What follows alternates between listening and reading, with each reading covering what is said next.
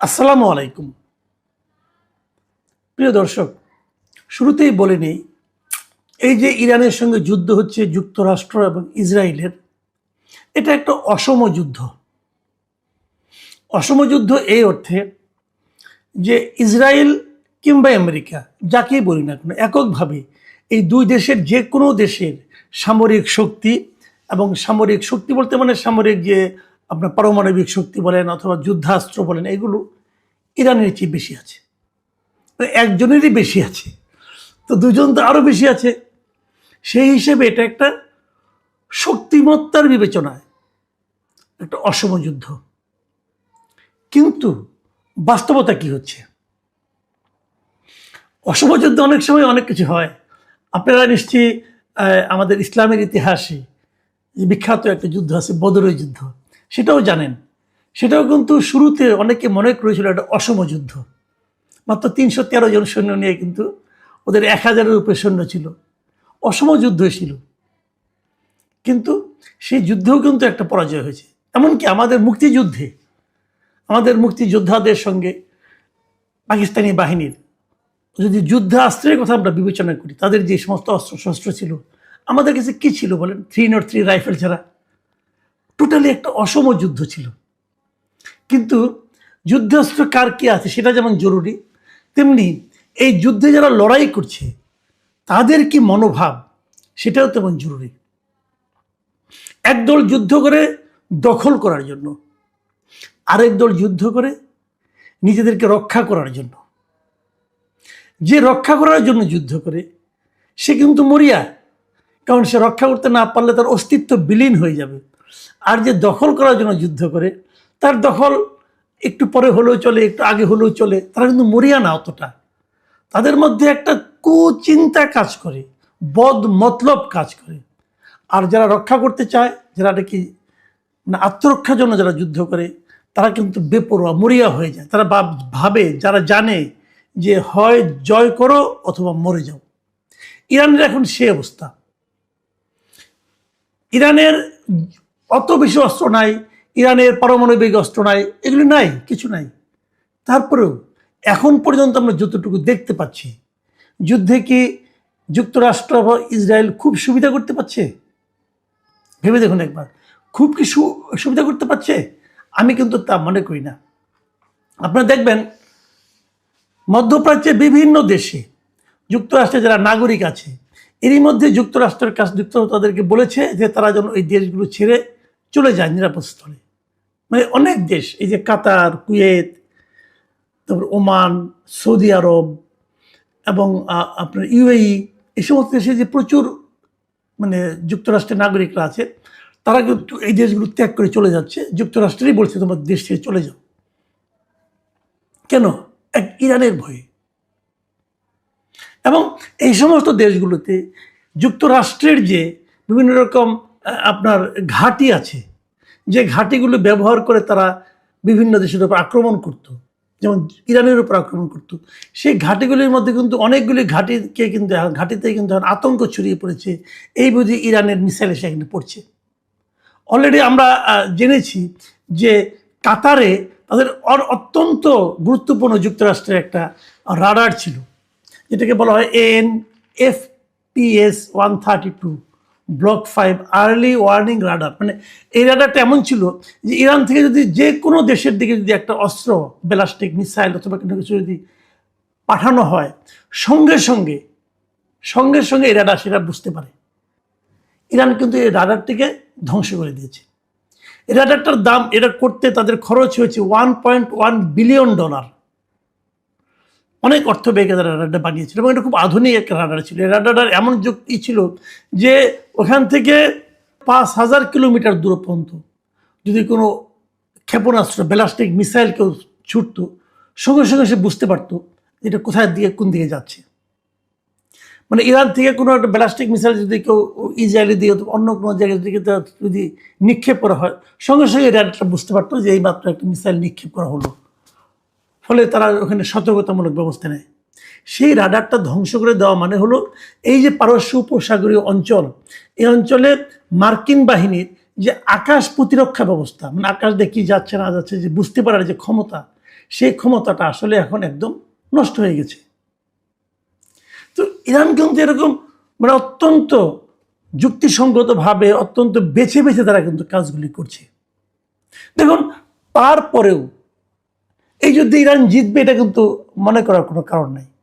কিন্তু মার্কিন যুক্তরাষ্ট্র জিতবে না, মার্কিন যুক্তরাষ্ট্র জিততে পারবে না। দেখুন, আধুনিক মার্কিন যুক্তরাষ্ট্র কি ইরানকে দখল করতে পারবে না? সেটাও পারবে না। একদম নিশ্চিত থাকেন আপনি, পারবে না। ইরানকে দখল করা যায় না। আপনি যদি ইরানের ইতিহাস দেখেন, একটা জাতিকে দখল করতে গেলে কি হয় জানেন? ওই জাতির উপর একজন যদি অপশাসক থাকে অথবা একজন এক নায়ক থাকে যার উপর পুরো দেশ ক্ষুব্ধ আছে, সেরকমভাবে করতে পারবে। কিন্তু এখানে ইরানের যে ওদের যে সাংগঠনিক যে কাঠামোটা, এটা এত একটা সঙ্গে রিলেটেড, একদম শেকড় এত গভীর পর্যন্ত, আপনি চট করে ইরানকে দখল করতে পারবেন না। আর ইরানের যে সাংস্কৃতিক ঐতিহ্য, এটা তো চিন্তাই করা যায় না। এই পুরো অঞ্চলের মধ্যে আপনি যদি হাজার বছরের ইতিহাস ঘাটেন, তাহলে দেখবেন যে ইরান হচ্ছে এমন একটা দেশ, যে দেশ কখনোই কারো করদ রাজ্যে পরিণত হয়নি। কখনোই এরা কখনো পরাধীনতা, কখনো এরা পরাধীন ছিল না কখনোই। এরা হাজার বছর ধরে কিন্তু একটা স্বাধীন জাতি। এমন জাতিকে ওই যে আপনি উপনিবেশ স্থাপন করবেন, নিজের পুতুল সরকার বসাবেন, এটা মনে হয় আমেরিকার এই আশা মনে হয় সফল হবে না। দেখেন, আধুনিক সময়ে যুদ্ধ জয়টা কি, দেশ জয় করা মানে কি? আপনি পারবেন, আপনি ওখান থেকে পারমাণবিক বোমা নিক্ষেপ করতে পারবেন, ইরানকে ছারখার করে দিতে পারবেন, সব পারবেন। কিন্তু সেই ছারখার করে দেওয়া ছাইয়ের নিচ থেকে নতুন এক ইরান গজিয়ে আসবে, ওটাকে আপনি থামাতে পারবেন না। এবং যুক্তরাষ্ট্র এখানে, এটা আধুনিক যারা নাকি যুদ্ধশাস্ত্র নিয়ে কথা বলেন, তারা অনেকে বলেন কোনো দেশ জয় করা মানে সেই দেশে তার সৈন্যের বুট মানে পা যেয়ে পড়া। এটা যুক্তরাষ্ট্র কখনোই ইরানে পারবে না, নেভার। তাহলে এই যুদ্ধে আসলে কিভাবে যুক্তরাষ্ট্রের জয় হবে? একটা কথা মাথায় রাখবেন, যুদ্ধ কিন্তু ইরান করছে না, যুদ্ধ কিন্তু যুক্তরাষ্ট্র এবং ইসরায়েল ইরানের উপর চাপিয়ে দিয়েছে। যুক্তরাষ্ট্রের ট্রাম্প সরকার মানে ডোনাল্ড ট্রাম্প, উনি তো নিজে শুরুতেই বলেছেন যে তার লক্ষ্য হলো ইরানের সরকারকে উৎখাত করা। সরকারকে তারা উৎখাত করতে চায় এবং সে নতুন সরকার বসানো হচ্ছে। এটাই হলো যুক্তরাষ্ট্রের মূল উদ্দেশ্য। যদি সেই উদ্দেশ্য সফল না হয়, তাহলে ধরে নেবেন যুক্তরাষ্ট্রের এই যুদ্ধে পরাজয় হয়েছে। এবং আমি নিশ্চিতভাবে বলতে পারি, সম্ভবত সেই লক্ষ্য তাদের অর্জিত হবে না। কারণ ইরানের আয়াতুল্লাহ আলী খামেনিকে হত্যা করা হয়েছে, কিন্তু পাশাপাশি কিন্তু ইরানের ভেতর থেকেই ওই ভ্যাকুয়ামটা মানে ওই শূন্যতাটা কেউ টের পাচ্ছে না। ওখানে বিকল্প শক্তি, বিকল্প নেতৃত্ব কিন্তু বসে গেছে। আবার এটাকে মারবেন, আরেকটা বিকল্প নেতৃত্ব বসবে। সরকার উৎখাত সম্ভব হবে না। এটা হতো যদি ইরানের অভ্যন্তরে এই সরকারের এগেনস্টে একটা শক্তিশালী শক্তি, এক বা একাধিক, তারা যদি থাকতো। কিন্তু ওখানে ইরানের অভ্যন্তরে যারা এতদিন খামেনি সরকারের বিভিন্ন অনুশাসন, বিভিন্ন পদক্ষেপের সমালোচনা করত, তারাও কিন্তু এই যুদ্ধে এখন ঐক্যবদ্ধ হয়ে গেছে। এবং সবাই মিলে কিন্তু যুক্তরাষ্ট্র এবং ইসরায়েলের যে আগ্রাসন, তাদের যে আক্রমণ, তার প্রতিহত করার জন্য তারা সবাই কিন্তু ঐক্যবদ্ধ হয়ে গেছে। ঐক্যবদ্ধ জাতিকে হারানো না বড় কঠিন। বিপরীত দিকে দেখেন, এরই মধ্যে যুক্তরাষ্ট্রের ভেতরেই এই যুদ্ধের বিরুদ্ধে মানুষের মধ্যে এক ধরনের প্রতিবাদ দেখা যাচ্ছে। এরই মধ্যে দেখা গেছে যুক্তরাষ্ট্রের প্রতি 4 জনের মধ্যে 3 জনই এই যুদ্ধের বিরোধিতা করছে। যুক্তরাষ্ট্রে যে সাধারণ মানুষ আছে, তাদের মধ্যে প্রতি 4 জনের 3 জন মানে শতকরা 75% মানুষ এই যুদ্ধের বিরোধিতা করছে। যুদ্ধের পক্ষে আছে মাত্র 25% মানুষ। ডোনাল্ড ট্রাম্প তার দেশের অভ্যন্তরে এই যে জনমত, এই যে বিরুদ্ধ জনমত, তাকে কতক্ষণ সে সহ্য করতে পারবে, এটা নিয়েও কিন্তু অনেক শঙ্কা আছে। এখন আজকে যদি ডোনাল্ড ট্রাম্প যুদ্ধের রণভঙ্গ দেয়, নানা রকম আলাপ আলোচনা করে, এর মধ্যে কিন্তু নানা রকম প্রস্তাব যাচ্ছে যে আসো আলোচনা করি, অমুক করি, তমুক করি, কিন্তু ইরানের পক্ষ থেকে কিন্তু সে সমস্ত প্রস্তাবকে মোটেই গুরুত্ব দেওয়া হচ্ছে না। তাহলে ফলাফল,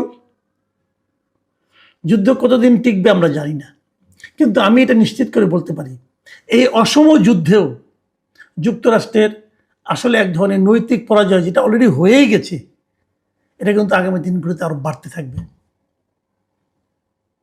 আবার বিপরীত দিকে আরেকটা সাইড ইফেক্ট যেটাকে আমরা বলি, সেই সাইড ইফেক্টে আক্রান্ত হবো আমরা।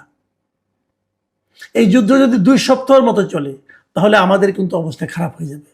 আমাদের এখানে তেলের দাম, জ্বালানি তেলের দাম বেড়ে যাবে, ডিজেলের দাম বাড়বে, অকটেনের দাম বাড়বে, petrol, furnace oil, jet fuel সব কিছুর দাম কিন্তু বেড়ে যাবে। এবং যদি তেলের দাম বাড়ে, জ্বালানি তেলের দাম বাড়ে, তাহলে তার প্রভাব, তার নেতিবাচক প্রভাব সমস্ত দ্রব্যের মধ্যে পড়বে, সমস্ত দ্রব্যমূল্যে তার নেতিবাচক প্রভাবটা পড়বে। নতুন সরকার আমাদের এসেছে, বিএনপি সরকার, তারাই এই আচমকা যে এই সংকট কিন্তু মানে এটা যে আসবে এটা তো কেউ জানতো না, হঠাৎ করে যে চেপে বসা এই সংকট, এই সংকটে সরকার কিভাবে মোকাবেলা করবে সেটাও আমাদের দেখতে হবে। এ সময় আমাদের জনগণের অধৈর্য হলে চলবে না, এবং জ্বালানি ব্যবহারের ক্ষেত্রে সবাইকে মিতব্যয়ী হতে হবে। আমরা প্রত্যাশা করব যাতে নাকি যুদ্ধ দীর্ঘস্থায়ী না হয়, যুদ্ধ তাড়াতাড়ি শেষ হয়ে গেলেই সবার শান্তি। এবং পুরো বিশ্বের আপনারা জানেন যে আকাশপথ এখন প্রায় অচল অবস্থায় পড়ে গেছে। এই করোনার সময় যেমন হয়েছিল, আর অনেকটা সেরকম, ফ্লাইটগুলো যাচ্ছে না, এক দেশ থেকে এক দেশে যাচ্ছে না, এবং একটা ভয়ঙ্কর অবস্থা। সেই সমস্যার সমাধান কীভাবে হবে আমরা জানি না, তবে আমি নিশ্চিত দেখতে পাচ্ছি এই যুদ্ধে ট্রাম্পের খুব একটা লাভ হচ্ছে। ওনার যে যুদ্ধংদেহী যে চেহারা, সেই চেহারা আমার ধারণা খুব শিগগিরই ম্রিয়মান হয়ে যাবে। হয়তো তারা যুদ্ধে জিতবে, হয়তো ইরানকে তারা ছাড়খাড় করে দিবে, কিন্তু আলটিমেটলি তাদের যুদ্ধে জয় হবে না, বরং যা হবে সেটাই তাদের পরাজয়। প্রিয় দর্শক, এখন এই পর্যন্তই। আল্লাহ হাফেজ।